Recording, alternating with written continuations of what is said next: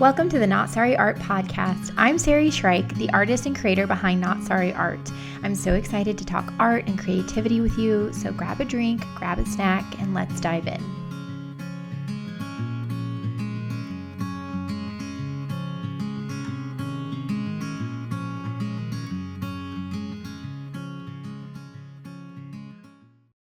Hey y'all, welcome back to the Not Sorry Art podcast. I'm Sari. Thanks for being here.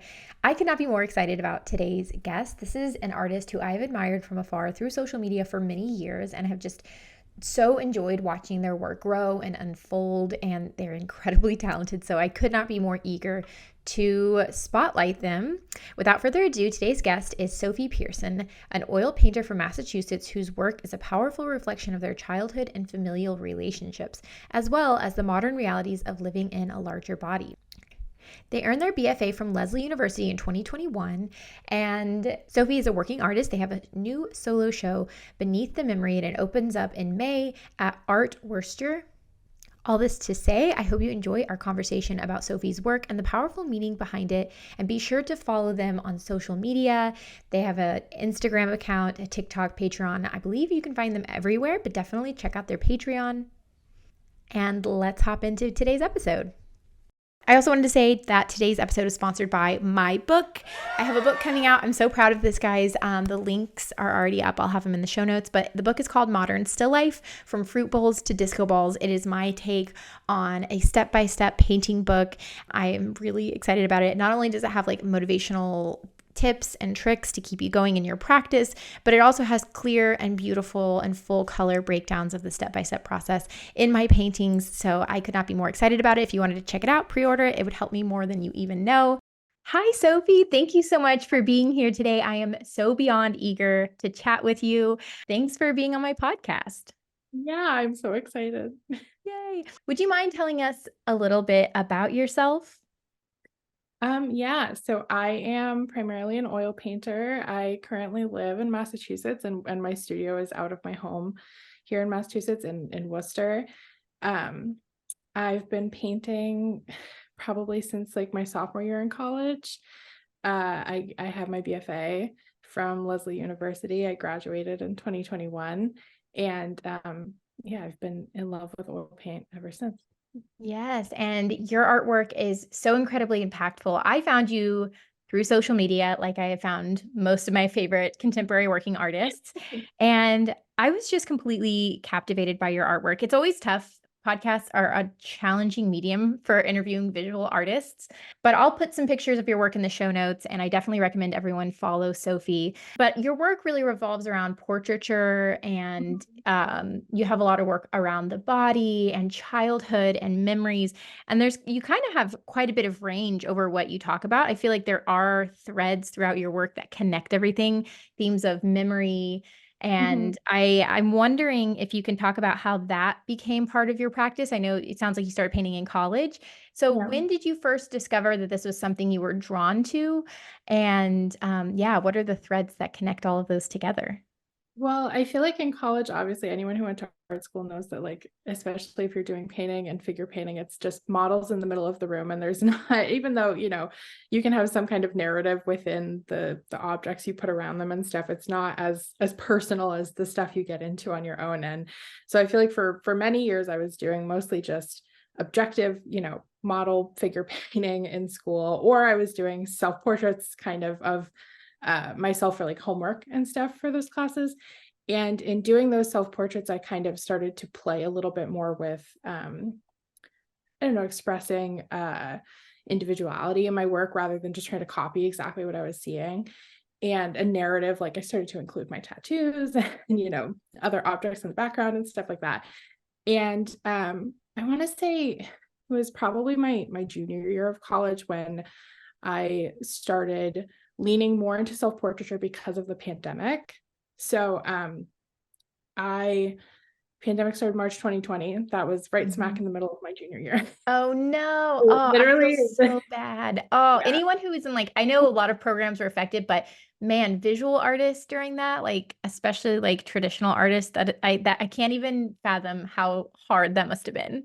Yeah, it was rough. We had it was spring break, right, when everything went down, and the week before spring break we had just gotten our studios. Oh It no. was literally like we got our studios and all my friends and us were like setting everything up, we're like decorating, we're painting, we're whatever, and then we're like, oh, we're just going on spring break, and then we never went And back. then you So never went back. Oh, it's like a no. horror story, truly. Yeah. So yeah, I mean, I bet that that was, in so many ways, like you're kind of forced into this isolation and you're forced to sort of look at yourself both literally and metaphorically. I can't imagine what that was like. Do you think it really pushed you in the direction you ended up going, or do you think you would have ebbed that way even if you had that studio practice with everyone else?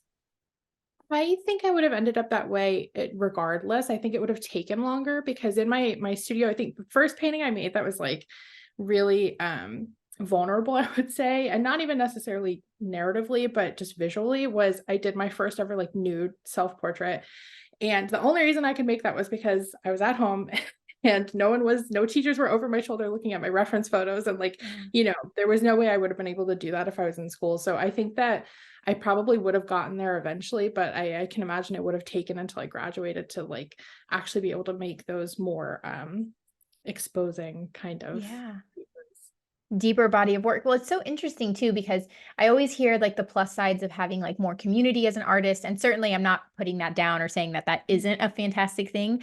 But I think what's so interesting about every artist and their practice being so different is that I feel like you said, you found a body of work that really spoke to kind of your personal mission and your interests from that privacy. And I think it's a really good testament that like as an artist, you have to find a way to balance between seeking community and seeking people who appreciate your work, and yet a really like strong boundary of having that personal ability to explore in that incredibly intimate way. I think that's such a testament to how versatile you have to be as a visual artist. Yeah, and especially with how we were, I was having classes that I was getting checked in on with my works and progress and stuff like that, like once or twice a week or something, right? But all of those actual moments of making the work was completely in solitude. So I had this like complete freedom to not worry about critique for these like, several days at a time. And then I'd have the check-in and the teacher would say whatever the teacher says. And then I'd Yeah. go back to doing everything on my own. And so yeah, there definitely was like some freedom in that solitude. And I think I personally thrived from it a lot. Yeah, and it's so interesting because, like, in an age of like social media where, you know, in order to kind of benefit and promote and do all the things the marketing needs of being an artist, there is such a desire to push, push, push, put things out there, put a work in progress out. Mhm. And, we're kind of veering off of like my questions for you, but I think this is so interesting where, there it's a really good testament to privacy. There's value in privacy, and you don't need to share everything, like certainly not right away. But I feel like where that used to maybe be a given as a visual artist, even as recently as like 10, 15 years ago, now that feels like something you have to push for. And I just really appreciate your example of that. And I'm curious, I guess, like, how has that affected now that you are like a working career artist and you do have such like vulnerable and honest, and I think that's what makes your artwork really touching work. Like, how do you balance that boundary of like so much of it is so personal and raw, and then when do you think it's a like for you personally, is it good for you to share, and how do you navigate that? Yeah, so that was actually like a big issue I had, and I want to say like right after I graduated, because during school I was constantly checking in with teachers, I was checking in with my peers. Um, it was like constant communication and feedback basically. And when I graduated, I lost all of that.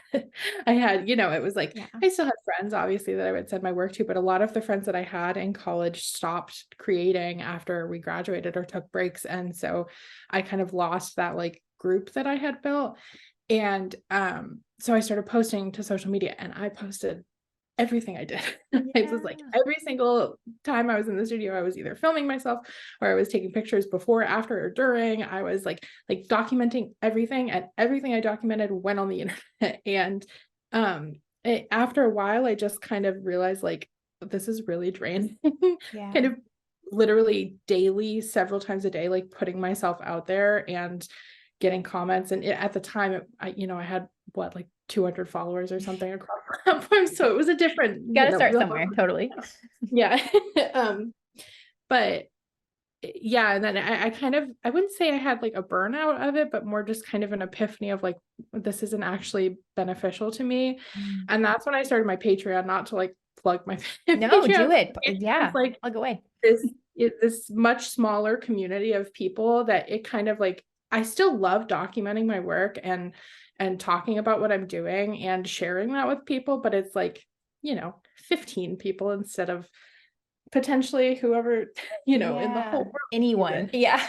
Yeah, exactly. So it's a lot less draining that way. So I still keep up with that and share that, but it's in this like specific place. And on things like Instagram and my public platforms, I only share pretty much finished pieces or like, little like Mm. snippets of something because I just, it feels nice to keep those things a little bit more intimately to me and that like small group of people. Yeah, that's really interesting. I know I'm gonna think about that for a few days because I know when people are listening to this, there's a handful of artists out there who are maybe a little more introverted and they are making art about things that are really personal. And Mhm. kind of to your point, like there's something so vulnerable and really scary and risky in a lot of ways of like putting something out there, so especially something you haven't fully processed yet, and then someone randomly coming across it. And I know that even in and of itself keeps a lot of people from posting. And I when people come to me with that problem, I'm always like, I don't know what to like that's hard. Like that's valid, that's fair. Like I understand that sensation. I think it's so smart to have that separation and creating a Patreon. I want to dive into more of like the meaning of your art. So I'm Mhm. veering just ever Yeah. so slightly here. But could you walk me through kind of like what that looks like and like how is that like, has that been financially beneficial? And just like more about that process and that decision. Yeah, so originally it came from I moved into the house that I'm in right now that has my own like personal studio out of a really small apartment about 2 years ago. Yeah, And when I did congrats. that, that was when, thank you. That's when I was like, I'm gonna go full time and I'm gonna put all of myself into like, creating this like following or something. And that was very short-lived, that like passion for that because I just found it to be too much. But part Yeah. of that was like I need to make a Patreon because I need to make money off of like Mhm. what I'm doing. I need to be able to sustain myself. And quickly realized that like it wasn't gonna be this giant money maker. I do not make very much from Patreon and very little, but it's still just like a really nice place to kind of compile everything, and, like, even I go back and scroll through my Mm. Patreon just to, like, look, I'm like, "Wait, what did I do a few weeks ago?" And I, like, Oh, I go interesting. back and look at it, and, I don't get, like, a ton of interaction out there. I get messages from people and stuff sometimes, but I know that, people are looking and Mhm. lurking and Yeah. stuff like that, but it's mostly just, like, I'll post my works in progress, I'll post pictures of my palette there sometimes, like, Yeah. just documenting the little parts of being an artist, and, like, I'll put life updates, I always post about if I'm gonna have shows coming up or something like that, I'll post them there first, so there's kind of, like basically, it's if you look back, I've had it for a couple years now, and it's kind of just this timeline of my journey as an Yeah. artist for the past couple of years, so, yeah. It almost feels like a virtual journal in the way you're describing Yeah. it. And like there's a little bit of a vetting process of who's privy to that. And, Mhm. if the silver lining is that you generate enough income to like maybe validate your time or your supplies, I still think that's such a huge win, especially if you boil down like what is the purpose of an artist? Like you're sharing parts of like your heart and your soul and your mind with anyone who's receptive to it. And then like there's a mutually beneficial thing that happens there. And I feel like it really sounds like in a lot of ways you've managed to like distill kind of like the nourishing part of art and audience in a way that, is sustainable for you in some capacity. Yeah, yeah, exactly, which is why it kinda went from being something that I thought was gonna be this moneymaker into something that it has turned out to be, I would say, probably more beneficial to me than it is to anybody else, but I love yeah, that. yeah. No, and I'll have to follow you on Patreon. But I love that's one of the things is like I love following artists on Patreon. And it doesn't mean I always like check in all the time, but even the fact that like if I have a busy few months and I know that for those 3 months I was able to like, for 10.99 or 20.99 or whatever, was able to help that artist kind of keep going. Like that's such a it's not for everyone, obviously, but I Yeah. find it to be a really rewarding thing. And I think my hope is that when more people realize how valuable artists are, that will continue to be something that people choose to invest in. So thank you for sharing that. But I wanted to talk more about your work. It's beautifully poignant and it revisits family photos from your childhood. I will say I love all of your work individually, but that the body of work around childhood brings tears to my eyes. Like, it's one of those things where, like, I will look at it and then I'll save it and I'll come back to it later so I can really look at it. It's such an incredible, all of your work is incredible, but for me personally, if I'm projecting, because that's what, I think it's a fantastic body of work, and a particular focus on your father's relationship. Could you share with us, like, what inspired you to explore that? I know it's still figurative, so it's still, like, thematically cohesive with all of your work, but if you wouldn't mind sharing, like, when did you decide to paint those family photos, and, like, they're not, like, just perfect interpretations. There's a lot of stylized, aspects to them. Could you walk us through a little bit of that? Yeah. So the first time I ever did a painting from when I was a child using like an old photo was, I think it was the beginning, pre-COVID, junior year of college. Mhm. And I had just a photo that was like uploaded to Facebook or something from when I was maybe 6 or 7. And I made this giant 5 by 5 foot painting of Nice. me, and I've since painted over it. It was not my best work, but that was the first time that I was like, no, I kind of like doing this. And then I realized, I needed to work on my technical skills a little bit before I went back to that kind of project. But so that was quite a few years ago. That was 2020. And I had kind of been sitting with that idea for like a really long time, like knowing that I had this desire to go back into childhood photos, but not really knowing why I wanted to Mhm. go into them so much. And at some point, I want to say in 2022-ish, I had kind of felt like I finished this like body of work of body image kind of Mhm. related topics. And I felt like I was done with it, but I had kind of created this almost sense of like purpose with it, because it was all the work that I had made. It was the work that went viral a few times. It was Yeah. the work that people loved. And I was Yeah. like, I don't know what to do, because I'm scared that if I start to make stuff that's different, people aren't going to like it, or they're not going to connect with Mhm. it, or it's, something's going to happen. And, Right. but I kept coming back to this idea of like childhood Photoshop. And so then my mom brought over a couple giant boxes of photos that Nice. she, yeah. And so I Mhm. spent, they were very dirty and very gross. And I spent many an hour sat on my living room floor, like with That's sweet. gloves, sorting through these disgusting Oh photos. my gosh. And I sorted them all by like photos of just me photos, because most of them, it was mostly a shrine to Sophie via my mother. Oh, that's so But sweet though. yeah, it was mostly photos of just me, and then like me with either my dad, or me with my mom, or me with both of them. And then, there were some random photos of like old houses that I grew up in and stuff like Mhm. that.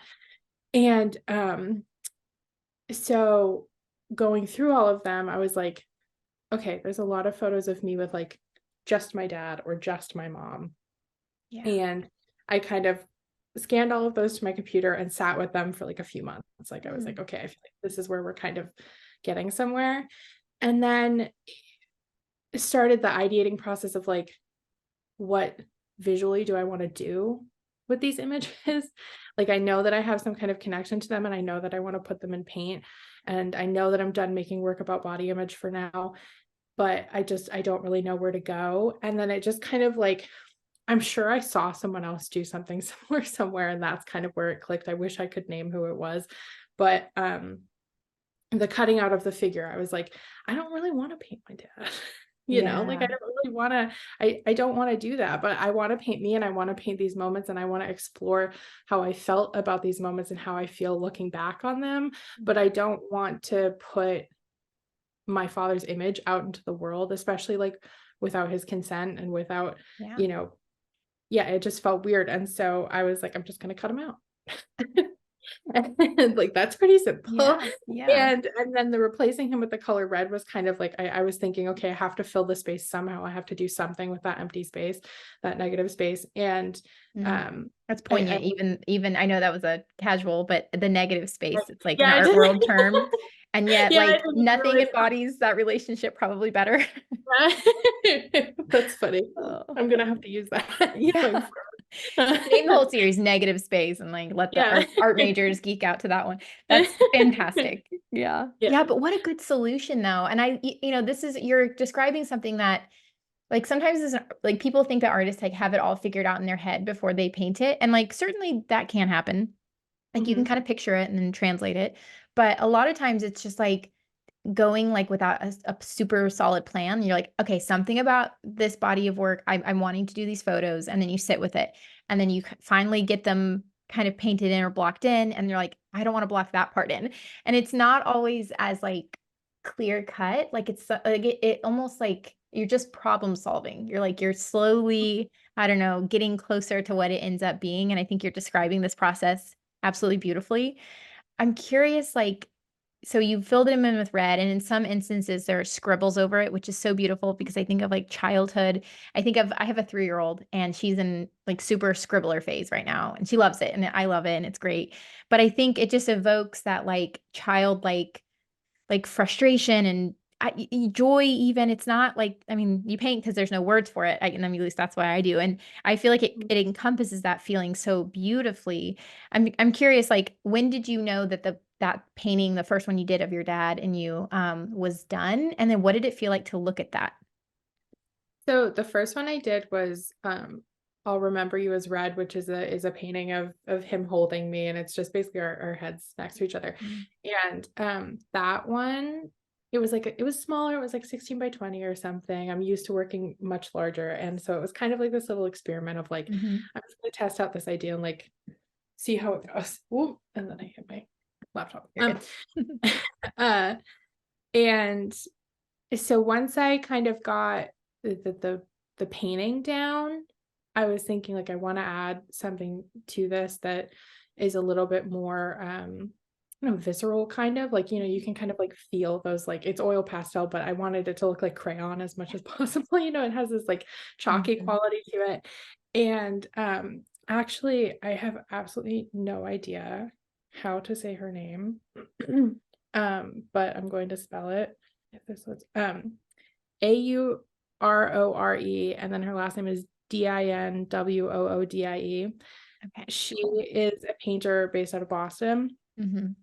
And we had been I think she had posted on TikTok or something a painting that she did of childhood photos, and she had kind of used oil pastel over the top of them to like color in some spaces Mm. and do some stick figure kind of outlines. And so she was what inspired directly that use of oil pastel. And so I kind of just scribbled around a little bit and played Yeah. with it. And that piece was kind of just an experiment, and played around until I felt like it wasn't too much, but it was like enough of visual interest to kind of do something.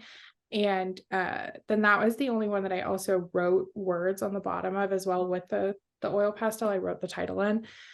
And after I wrote the title, I was kind of just like, I think I'm done with this experiment. Like, I'm going to put this Yeah. out there. And that was actually going back to what I said about being so afraid that my audience at the time, which was not very big at the time either, but wasn't going to connect with what I was making.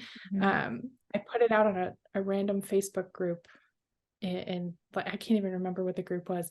And it got a few thousand likes, and I was like, oh, people like it. And I didn't put any Yeah. context. That was what was important. I didn't put any context. I just put the title, put the medium, the size, and threw it out there. I was like, let's see Yeah. what happens. And Yeah. people like got it, like knew what it was about. And that's kind of when I decided, like, okay, this painting's done. And I'm Mhm. like, I'm ready to move on to like physically larger pieces and make this Yeah. into a thing. Isn't it amazing when people get it? Like you go to school, you train to be an artist. A lot of times what you're doing when you're in art school, and I know not every program's the same, but is you're learning how to like just use visual language. It's like you're learning a language, and then the first time you go to speak that language and the native speaker understands you, you're like, Mhm. whoa, like this is magic. This is like alchemy. Like what even is this?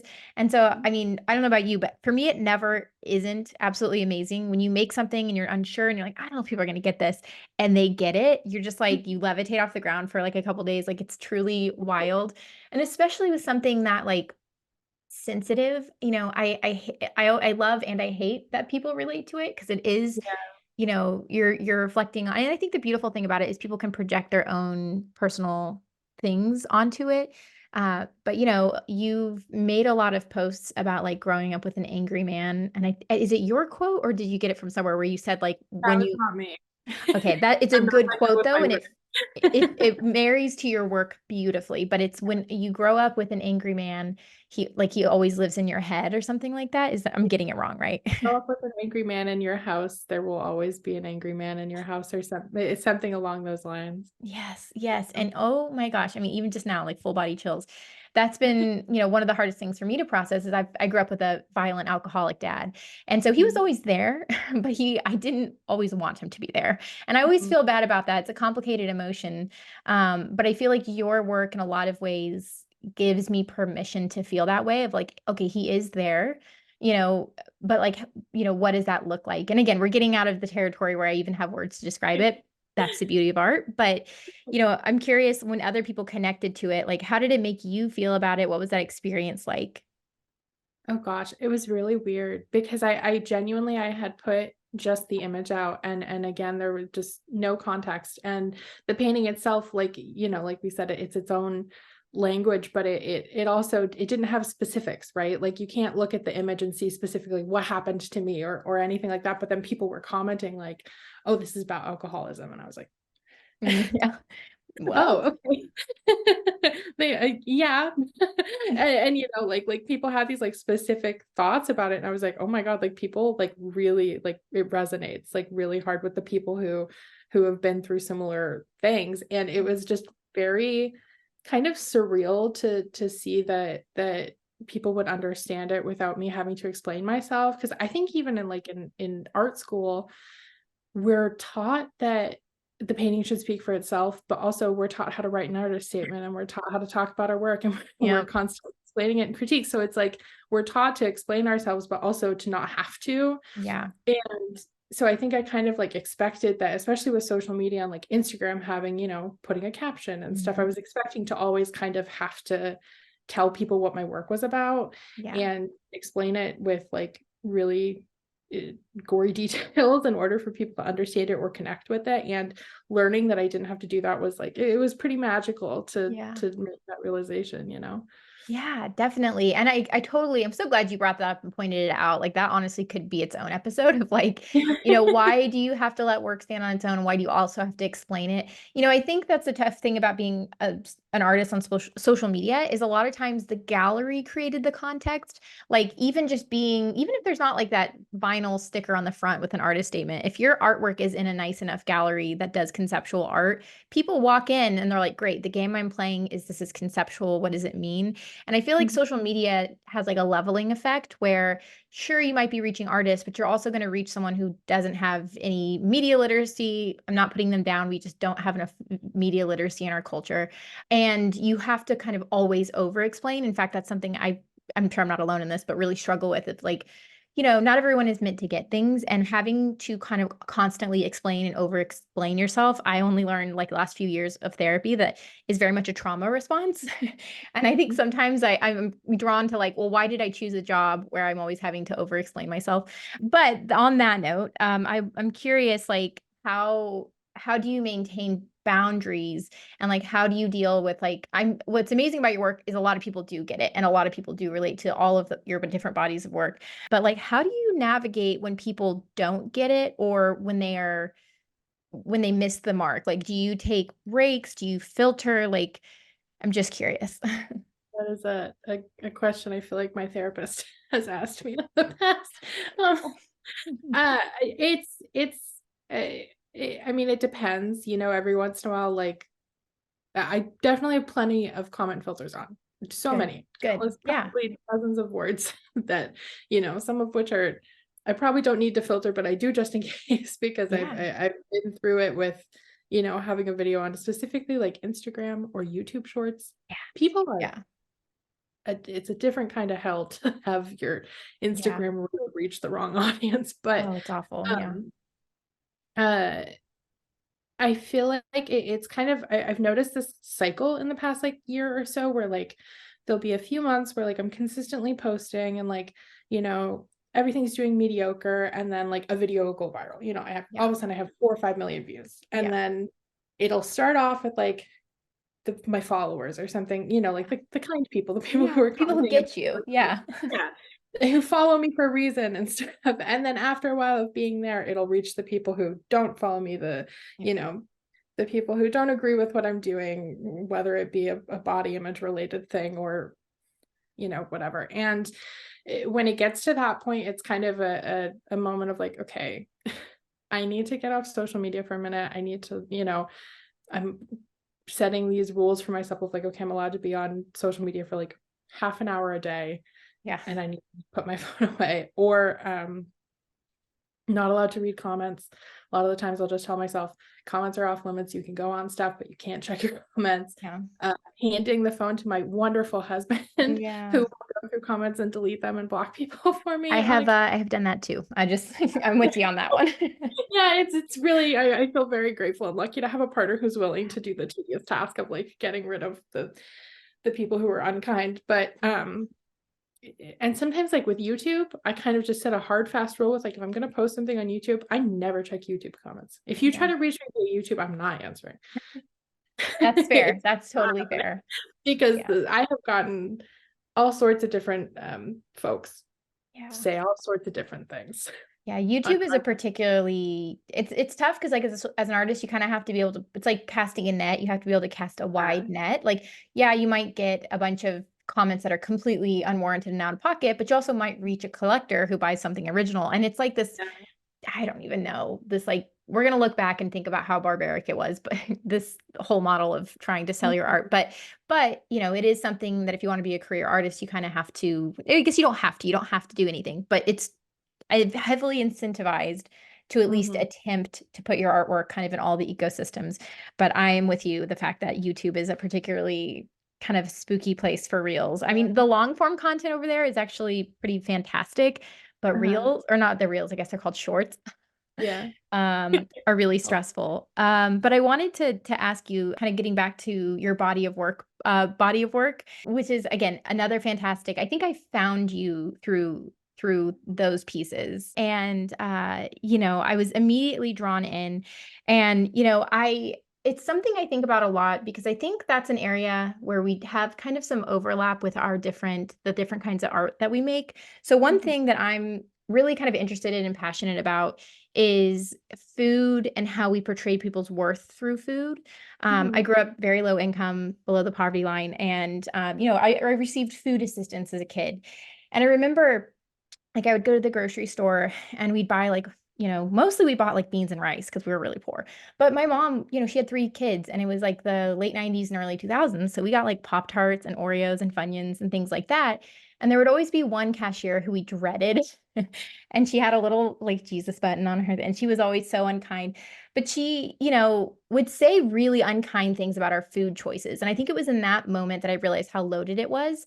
And even though I've navigated the world in an incredibly privileged body, which always to me feels kind of insane because a body is a body. Like it's, you know, I've seen some of the negative comments you get, and it makes no sense because how do you, you know, it's like people get mad at you for something you do, but how do you do body? Like you just live in what you live in. And I work really hard to raise my kids in a completely body neutral environment. But it's, you know, it's something I think about where people project a lot of societal frustrations onto what we perceive as choices that we can make about our food and how that is, you know, permeates through class and all kinds of different things. And I guess I'm trying to get to a point with a question, but I'm just curious if you've ever sensed any of that overlap and like what you feel about, you know, how people project what they think about someone, like if you've experienced that with your artwork, I guess. Yeah, I mean, I feel like most of the time when a video goes like quote unquote viral or like I have a post that does particularly well, it's usually about those pieces and just that body of work in general. And it's usually because, like I said, it's that cycle of like the people who like it and then it hits that audience. And when it hits that audience, a lot of people who are fat phobic and cruel are not afraid to say it and express how they feel. And I feel like there's such an inherent connection between like body politics and um obviously poverty and food and access and everything. And I kind of grew up in an environment that was I say that I grew up in an environment where I was fortunate enough to have the privilege of not going without food, but I grew up with parents who did not have the privilege of going with.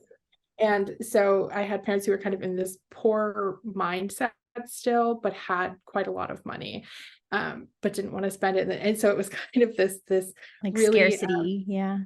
scarcity mindset, but without the scarcity. So it was Yeah. this kind of interesting mishmash of parents who tried to take care of me, but also didn't really know how, and then had their own triggers and their own traumas, and also tried to do bodybuilding for a while before I was born, Oh, which is its interesting. own monster. But so it was just a childhood of like growing up with a lot of mixed messages, I guess. And so when it comes to like my work, I feel like sometimes I can see it from those different perspectives. Like sometimes I see where someone's coming from when they're being really fat phobic, because I was in that mindset at one point in my life. I was taught to think that way at one point in my life, and I get it. I will never understand the desire to put it out there publicly and say it to people. That I do not get, and I will never ever get. But it's I don't know. It's complicated. I was asked a question similar to this in another interview, and it's just talking about your body on the internet when you're someone who visually doesn't appeal to a lot of people is fairly terrifying.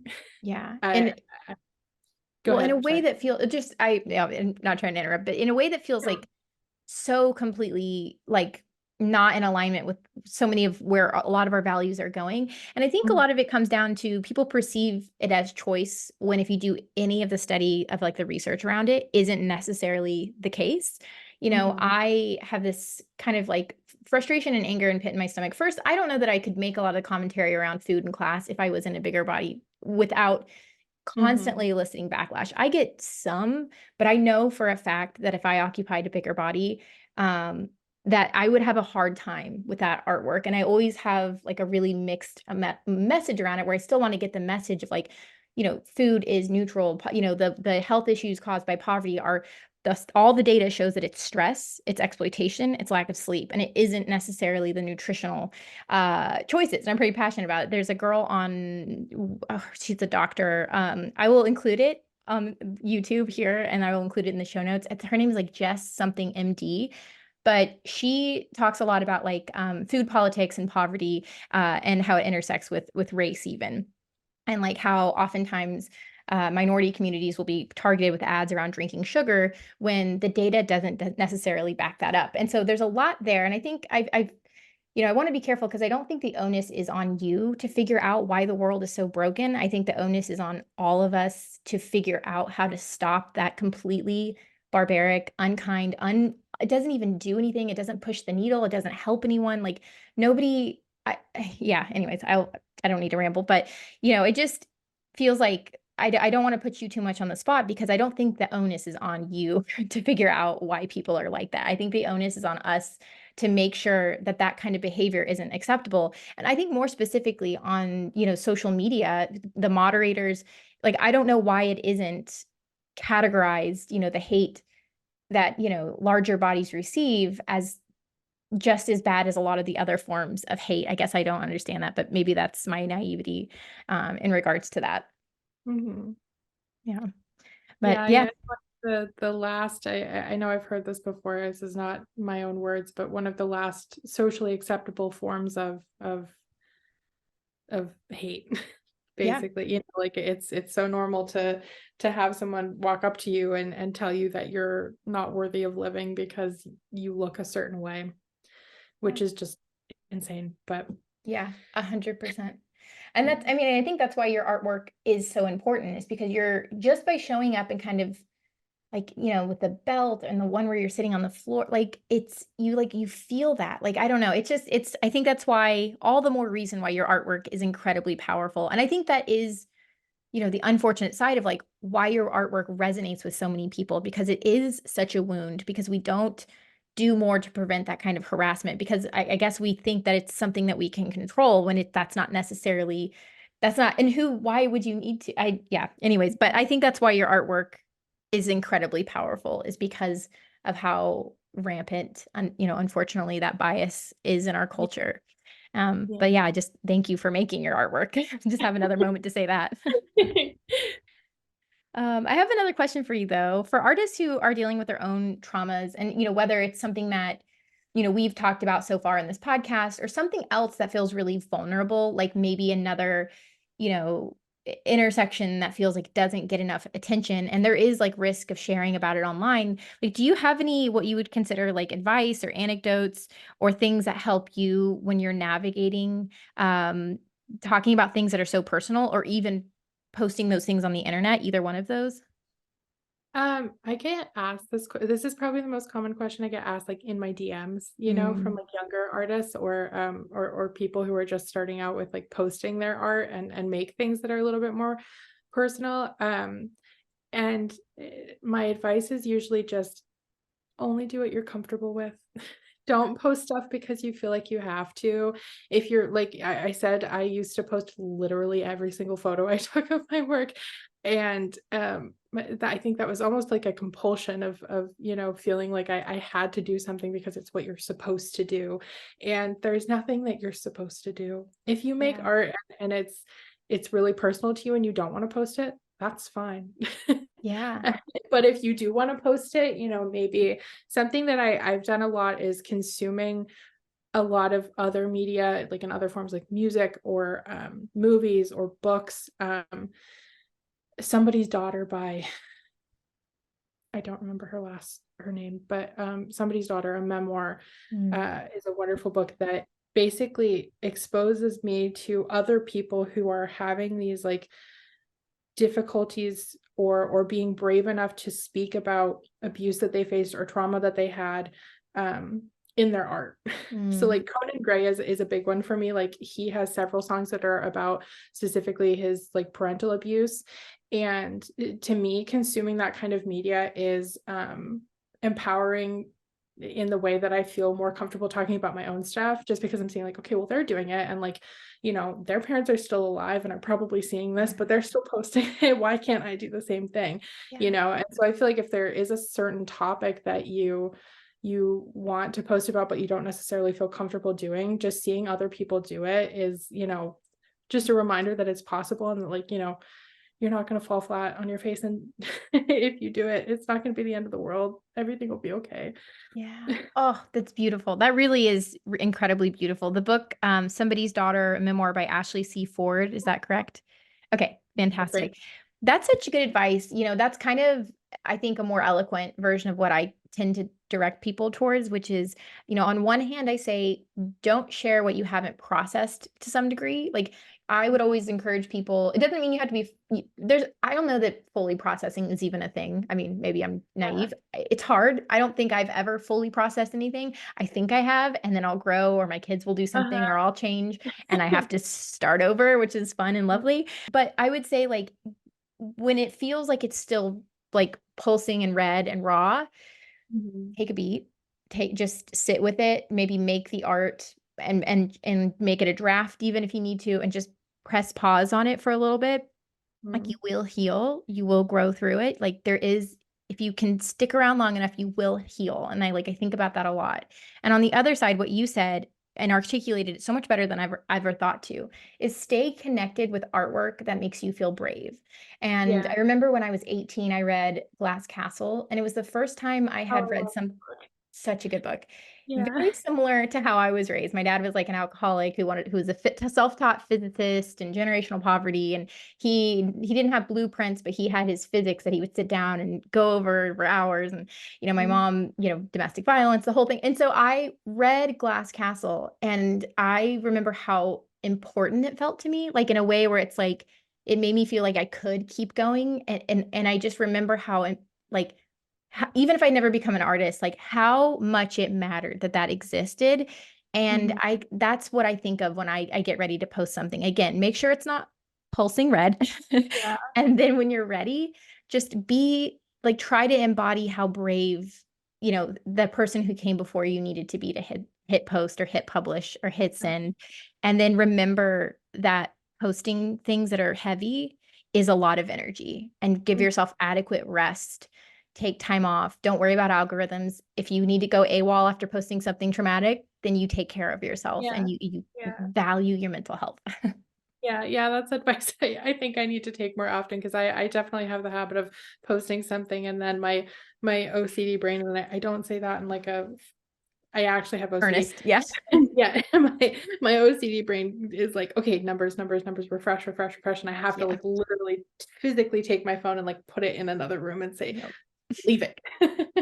I Don't touch relate. it. Yes, yes. There's a trick where if you put your phone on black and white on grayscale, like it keeps you from being quite so addicted to it. And Oh, I'll yeah, say, yeah, it does. It takes some of the dopamine out of it, but yeah, it's fantastic.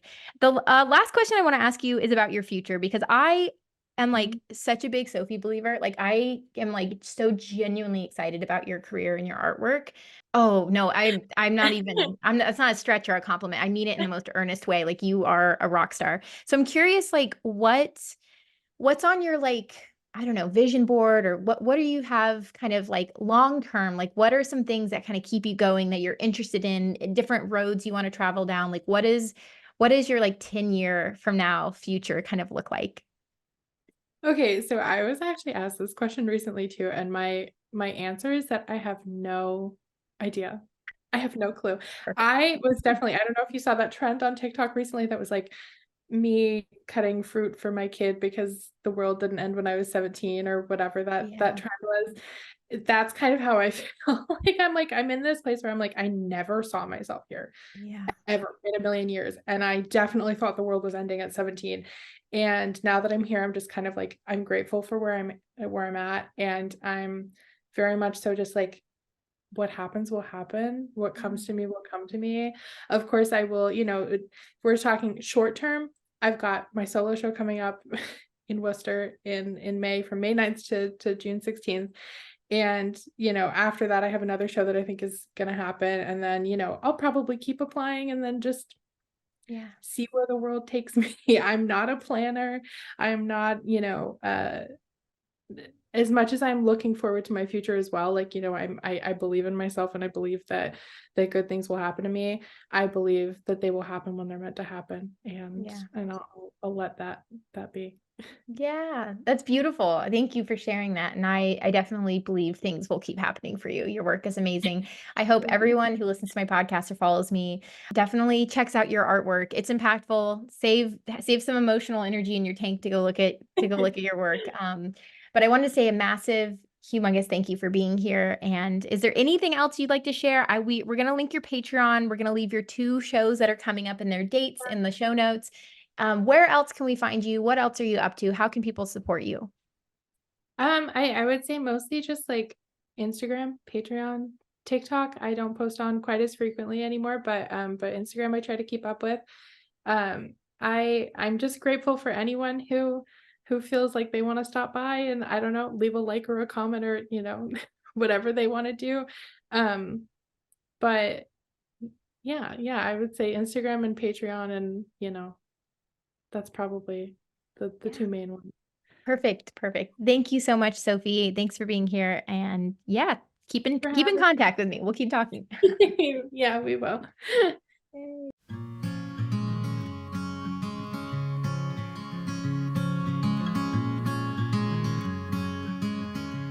Thank you so much for listening, and thank you for being here. I wanted to also encourage you guys to leave a review. The feedback is incredibly helpful. And if you leave a review, I will read your handle or your name on the following week's episode. Take care, y'all, and happy creating.